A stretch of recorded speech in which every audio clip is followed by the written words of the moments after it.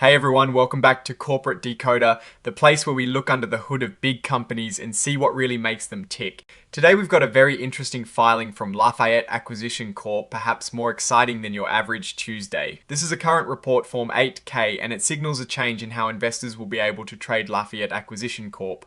It is not about massive financial results right now, but a step in their journey that separates different parts of their investment offering. So what does this actually mean for investors? LaFayette Acquisition Corp has units. And these units are made up of two things: ordinary shares and rights. Think of it like buying a bundle deal at a store. You get a share of ownership in the company and also a special coupon, the right, that lets you buy more shares later at a set price. Right now, these units, the bundles, are traded on the Nasdaq Stock Market LLC under the ticker LaFayette. But the company is announcing a change. Starting soon, investors will be able to buy and sell the pieces of the bundle separately. This means the ordinary shares, which represent ownership in the company, will get their own trading symbol, Louisiana FAR. And those rights, the coupons for future shares, will also get their own symbol, Louisiana FAR. This is a pretty common step for companies like this, often called special purpose acquisition companies or SPACs. They go public to raise money and then look for another company to buy or merge with. By separating the shares and rights, it can give investors more flexibility. Some might want direct ownership, hence LAFA, while others might want to bet on the future potential of acquiring more shares cheaply, and they can do that with LAFA. It's like letting people buy just the bread or just the jam instead of always the whole sandwich. Now, this report itself isn't packed with detailed financials. It is more of a procedural announcement. We are not seeing a deep dive into profits or losses here. This is about the structure of their offering and providing liquidity for their investors. The key date here is the 21st of November 2025, when this announcement was made, and the separation for trading is set to begin on the 26th of November 2025. The actual document that explains this in more detail is a press release filed as Exhibit 99.1.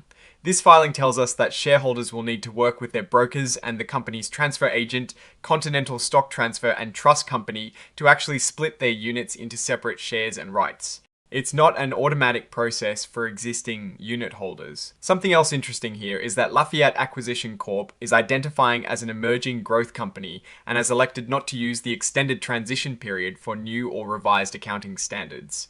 This suggests they are aiming to be on a faster track in terms of financial reporting compliance, which can be a positive sign for transparency. What does this all mean for LaFayette Acquisition Corp? This is a step towards normalization for a SPAC.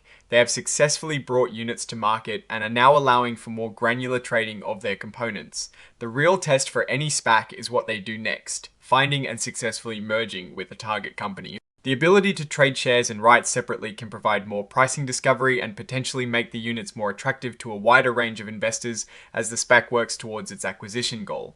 A key risk here, as with any SPAC, is execution. If they fail to find a suitable acquisition target within their time frame, the company could be wound down, and investors would receive their initial investment back minus certain expenses.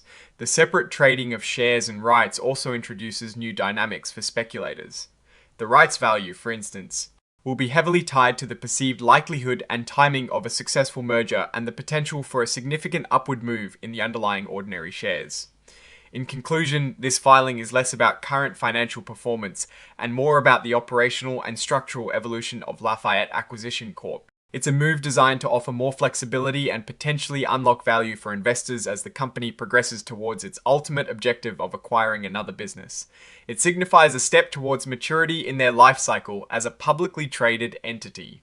Alright, that is our quick decode of this LaFayette Acquisition Corp filing. What do you think about this move to separate units, shares, and rights? Does it make the investment more appealing to you? Let us know in the comments below. If you found this breakdown helpful, please hit that like button and subscribe so you don't miss our future deep dives. And make sure to join our Discord community linked in the description for more discussions and insights. Thanks for watching. See you next time.